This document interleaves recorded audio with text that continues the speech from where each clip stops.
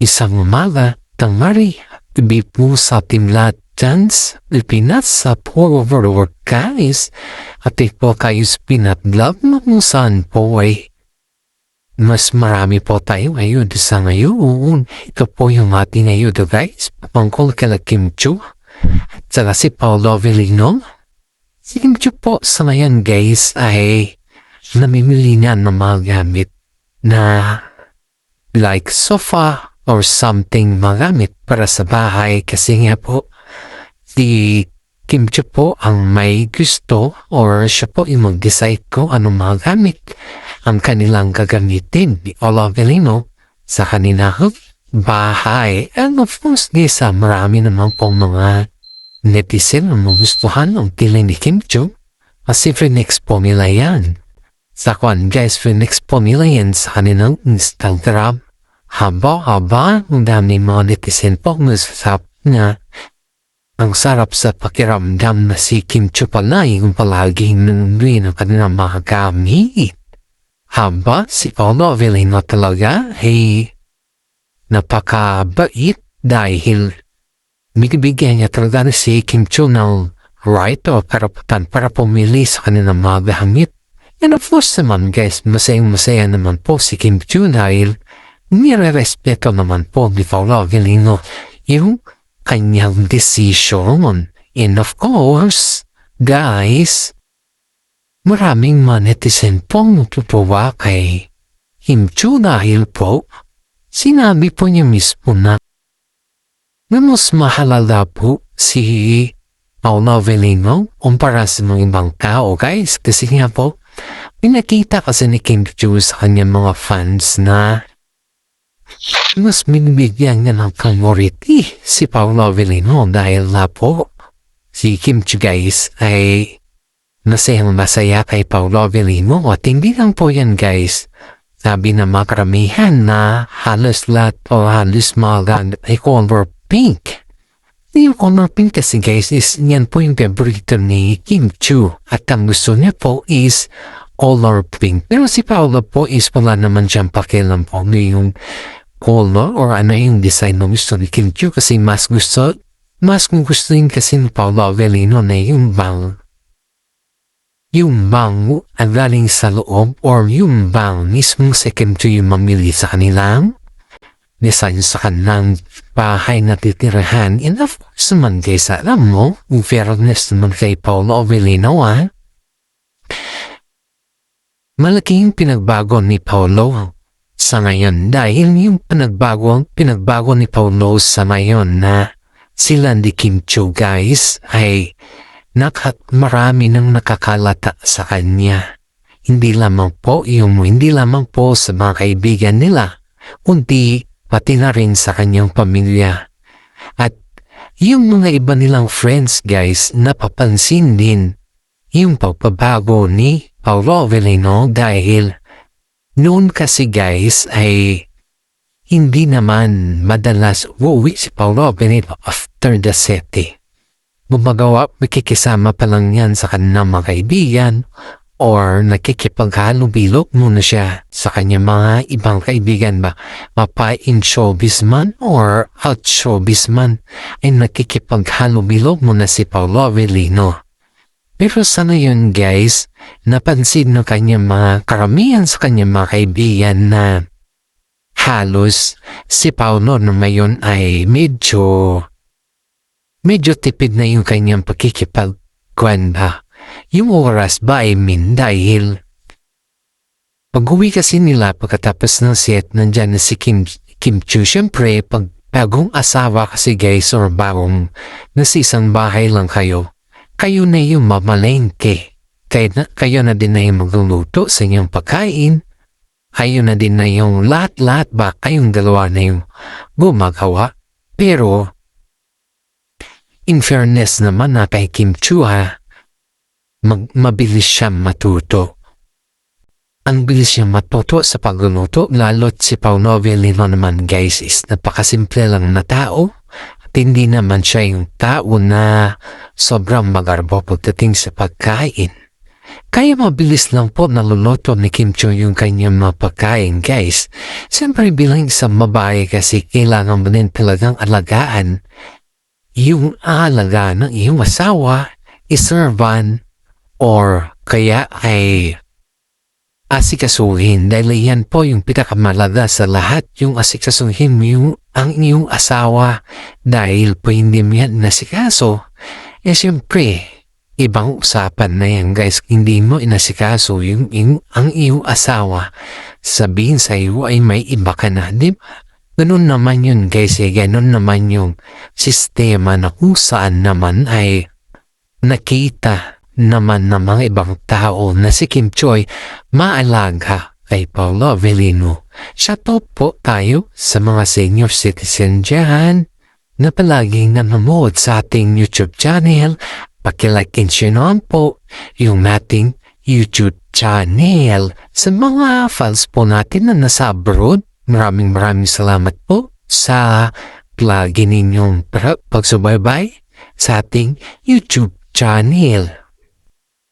Dito na naman tayo, guys, yung bago nating ayuda sa kanila na kung saan po, guys, ay ang mami ni Paolo Avellino, guys, ay bumisita rin kila Paolo Avellino dahil nakita po niya na halos may kaganapan ng Kim Pao na mimili na sila ng mga gamit para sa kanilang bahay. Pero syempre, guys, bilang isang nanay ay kailangan pa rin ng gabay dahil yung pagpili ni Kim Chiu sa mga gamit nila, guys, hindi pa naman siya yung, kumbaga guys, hindi pa naman siya sanay sa mga ganon, diba?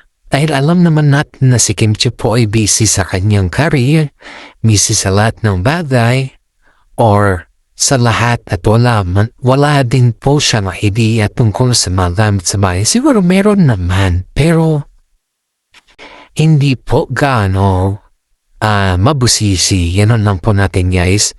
Pero in fairness, itong mami ni Paolo Avellino, guys, ay very excited at saka very supportive sa kanila dahil sinadya niya talaga, guys, na bumisita dun para sa ganun ay makita niya kung paano si Kim Chiu mamili ng kanilang gamit. And hindi lang po yun, guys, ang mami din ni Paolo Avellino po ay inalalayan din silang dalawa dahil kapag bagong asawa pa lang talaga, guys, ay alam mo naman na nahihirapan pa sila sa moving noon. Yun yung palaging sinasabi ni mami ni Paolo Avellino sa kanila na ang pagkaasawa ay hindi lamang basta-basta. Yan ay malaking obligasyon at yan ay malaking responsibilidad para sa ganon matuto sila sa kanilang buhay. Kasi ang pag-aasawa kasi, guys, ay hindi lamang po yung marriage, hindi lamang po papel, kundi kakakibat po ng pag-aasawa ay isang obligasyon nila sa isa't isa, lalo't pag meron na silang anak, doon mo makikita yung tinatawag na mag-asawa na talaga, diba? And now, guys, ito yung kwan natin na nagpapasalamat din po si Kim Chiu sa mami Paolo Avellino dahil isipin mo, guys, wala na siyang parents. Si mami Lakam na lang yun nandyan.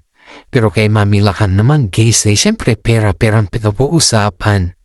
Nandun na tayo sa punto na alam mo na, pero hindi naman ma-advisean ni Ate Lakam si Kim Chiu about sa pagkaasawa dahil ewan lang natin kung bakit. Pero mas maganda yung mga advices ni mami ni Paolo Avellino.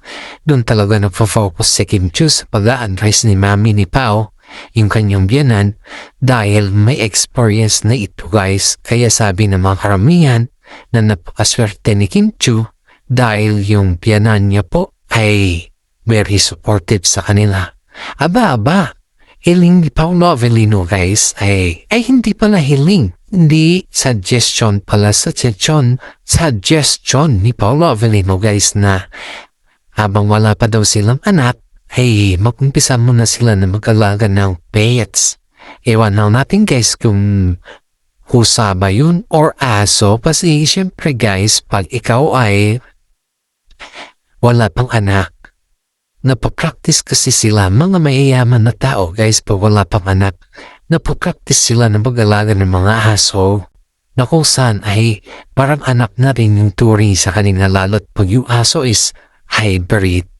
Kaya yung suggestion ni Paulo na kukuha sila ng maliit na aso lang para sa ganun is pag meron na silang anak, at least natitry nila yung sarili nila na marunong na din na sila mag-alaga. Diba yan kasi yung halos squad ng mga mahiyamang guys, mag-umpisa sila sa aso, and then after sa aso ay pinapakita nila kasi dito na kung marunong ka mag-alaga ng pets, marunong ka na din mag-alaga sa iyong anak. Kaya maraming nagsasabi na si Paulo Avellino guys ay ready na kasi may anak naman po si Paulo. Yan po ay si Aki, pero hindi naman niya ito saka inalagaan, kundi inalagaan po LG yun sa Amerika. Kaya si Paulo po ay yung pagiging tatay niya is nagiging tatay lang naman si Paulo Avellino pag nagpabakasyon sila na Aki, may mga banding sila, ganun na po eh.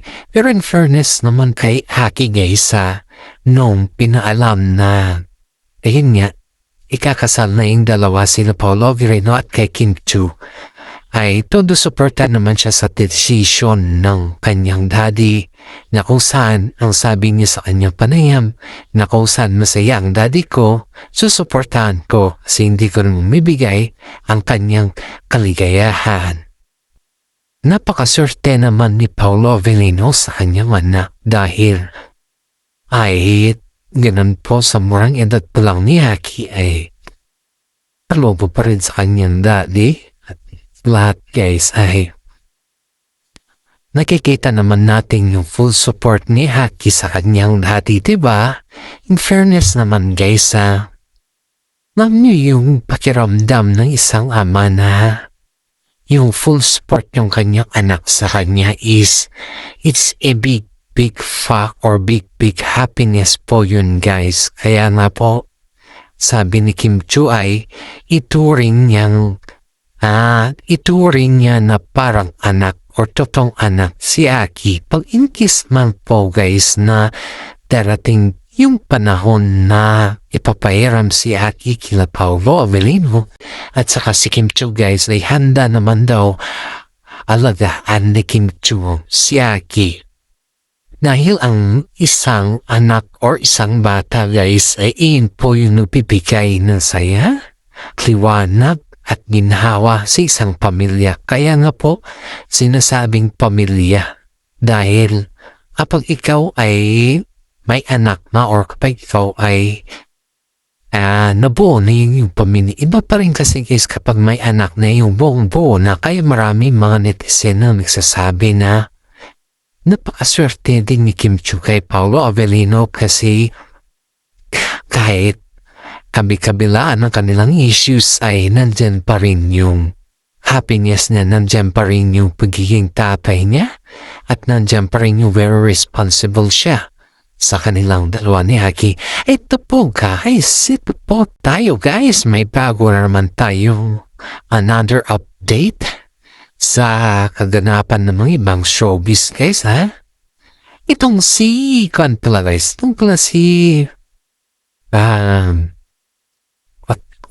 how can I say? Itong si friend ni Kim Chiu guys balak pala niyo humiram ng pera kay Kim Chiu. Nung time na balak pala niyang humiram, nakita pala ni Paulo Avellino yung expression ni Kim Chiu dahil nga pala itong kaibigan nila guys ay ang dami na pala itong nahiraman pero in return ang hirap niyang mag-return. Kaya sabi ng mga karamihan na bakit mo pa siya pahihiraman yan? Ang hirap naman mag-return.